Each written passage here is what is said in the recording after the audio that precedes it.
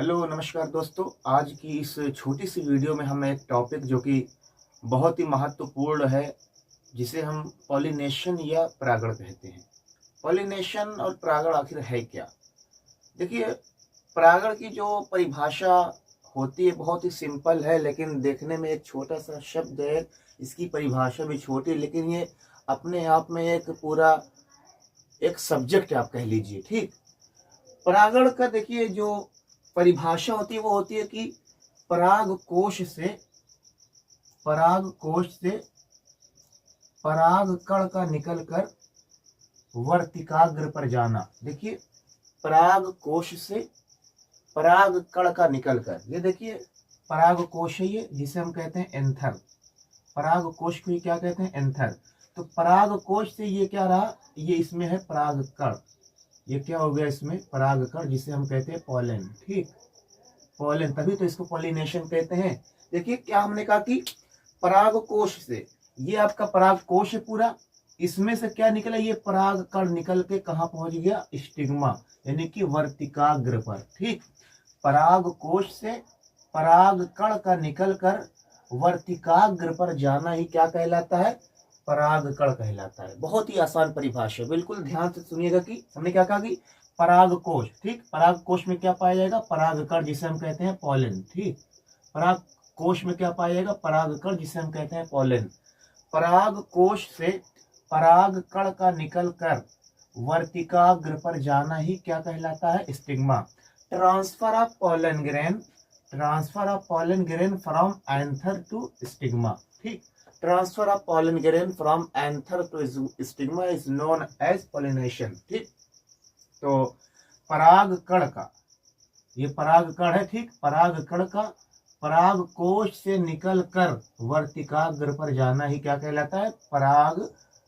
परागण कहलाता है। ठीक, transfer of pollen grain from anther to stigma is known as pollination.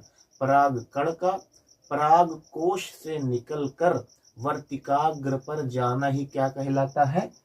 आपका कहलाता है परागण, यानी कि पॉलिनेशन कहलाता है। ठीक, यहां से निकलेगा परागकण और निकल के कहां आ जाएगा? वर्तिकाग्र पर आ जाएगा। देखिए, परागकण तो भाई इसमें तो जान होती नहीं। परागकण देखिए छोटा सा है, बिल्कुल ऐसे बिंदी की तरीके से रहेगा। ठीक, छोटा सा पतला सा, उसमें जान तो होती नहीं।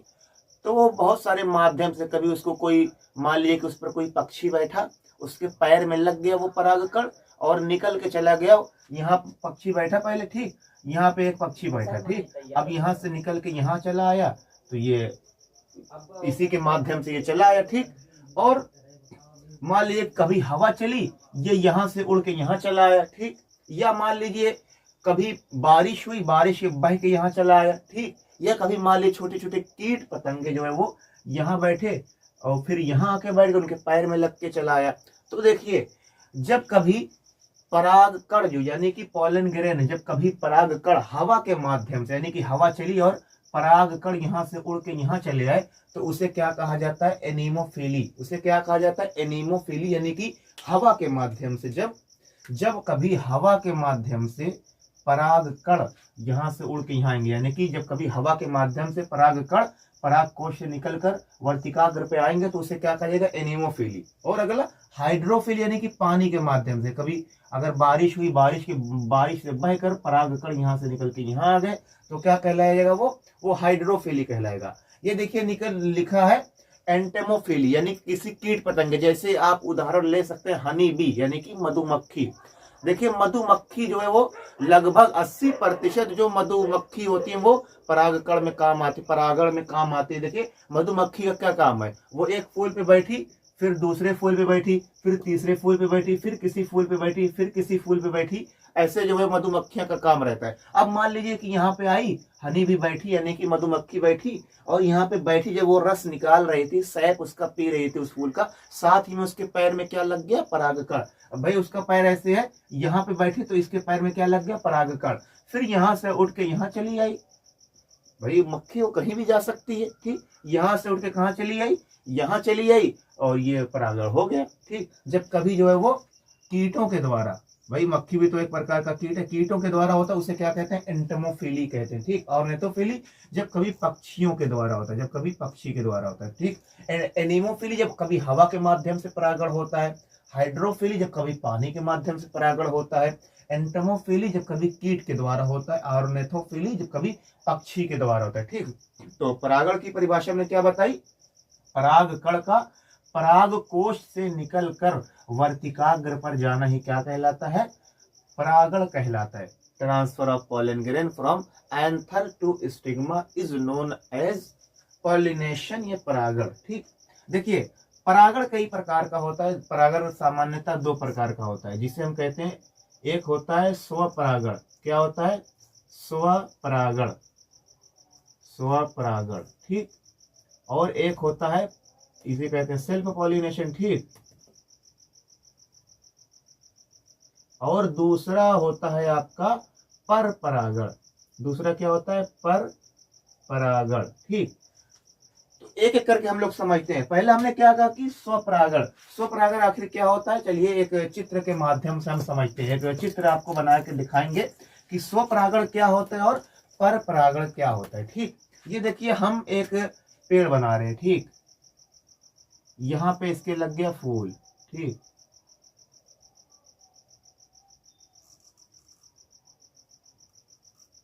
ये बना दिया हमने फूल, ठीक।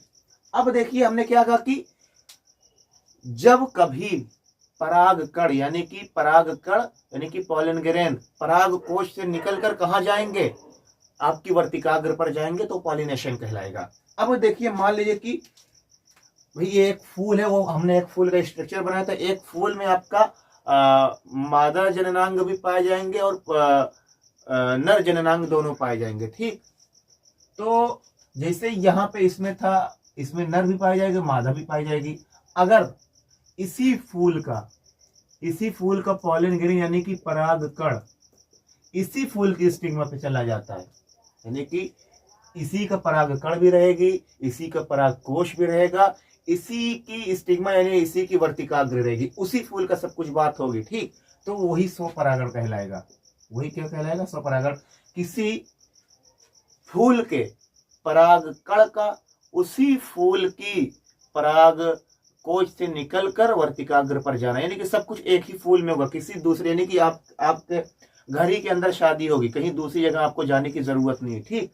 जब एक ही फूल के अंदर सब कुछ हो जाएगा, वो क्या हो जाएगा, स्वपरागण। अब यहां से मान लीजिए कि पराग कण चला और इस पे आ गया, देखने में पेड़ तो वही है लेकिन फूल क्या है, डिफरेंट है, अलग अलग है, तो ये पर परागण की कैटेगरी में आएगा। या यहां से निकल कर यहां चला गया, ठीक, यहां से निकल कर यहां चला गया, ठीक। तो कुल मिला के स्वपरागण क्या होता है, जब कभी एक ही फूल की वर्तिका रहेगी, एक ही फूल के पराग कण रहेंगे, तो क्या होगा, स्वपरागण होगा। अगर हम पर परागण की बात करें तो पर परागण क्या होता है, अब यहाँ से यहाँ चला आया, ये यहाँ से यहाँ चला गया, यहाँ से यहाँ चला गया, तो इसमें फूल बदल जाता है, फ्लावर डिफरेंट हो जाते हैं, तो ये क्या हो जाता है, ये हो जाता है हमारा पर परागण। स्वपरागण क्या होता है, उसी फूल की स्टिग्मा पर जाना पराग कण का, उसी फूल की स्टिग्मा पर जाएगा, किसी दूसरे फूल की नहीं। और इसमें किसी दूसरे फूल की, ये इस पे चला आया या किसी अलग फूल की उस पे चला गया, ठीक। तो ये स्वपरागण और पर परागण होता है। देखिए पर परागण होने के बहुत सारे कारण होते हैं, पर परागण होने के बहुत सारे कारण होते हैं, जिसमें एक आता है जो है वो हेटेरोस्टाइली। हेटेरोस्टाइली क्या है, हेटेरोस्टाइली देखिए जब कभी, देखिए अभी हमने बताया था कि यहाँ पे जो है वो ऐसे ये जो रहता है इसे कहते हैं स्टाइल, ठीक, जो लंबाई होती है, ठीक। जैसे हमने वर्तिका ऐसे बनाई थी पिछले में, तो वर्तिका की ऐसे नीचे से ऊपर गई थी, तो यहाँ पे वर्तिका थी, ये बीच में थे स्टाइल और नीचे थी ओवरी, ठीक। कभी कभी ये होते कि ये जो काफी लंबी हो जाती है, ये जो आमतौर पर सामान्यतः इसकी जितनी लंबाई होती है ये काफी लंबी हो जाती है। अब देखिए मान लीजिए काफी लंबी हो गई, और ये भाई इसका जो पराग कण है भाई, ये पराग कोश इतना है, और यहाँ से भाई यहाँ से इतनी ऊपर तो जाएगा नहीं ये, तो ये सब कारण होते हैं, बहुत सारे कारण होते हैं, लेवल थोड़ा हाई हो जाएगा, इसलिए इसको हम बता नहीं रहे। हेटेरोस्टाइली हो गई, प्रोटोगाइनी हो गई, प्रोटॉन्ड्राई हो गई, चेस्मोगैमी, क्लिस्टोगैमी, तो ऐसे तमाम टर्मिनोलॉजी आते हैं कि पूछा जाता है कि पर परागण के क्या क्या कारण होते हैं, ठीक। अगर आपको जानना रहेगा तो कमेंट बॉक्स में कमेंट कीजिएगा, तो हम आपको बता भी देंगे, ठीक। तो हमने क्या जाना कि पॉलिनेशन क्या है, transfer of pollen grain from anther to stigma is known as pollination. ठीक, बस आज के लिए इतना ही, फिर मिलेंगे आपसे नेक्स्ट वीडियो में।